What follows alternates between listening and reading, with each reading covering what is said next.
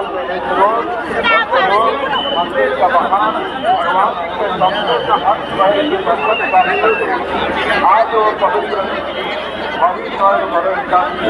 भगवान की विस्तार भक्तों दर्शन प्राप्त करते हैं। चलते चलते भगवान की कोई भी काम पर रुकने की कोशिश करते चलते चलते भगवान को दर्शन देंगे।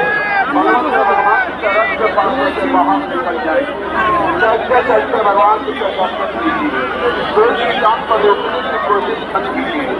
जहाँ पर रुक जाएंगे आपको उससे लाखों भक्तों के भीड़ होने का संभावना है। चलते चलते दर्शन लेंगे, सुरक्षित दर्शन करके प्रस्थान करेंगे।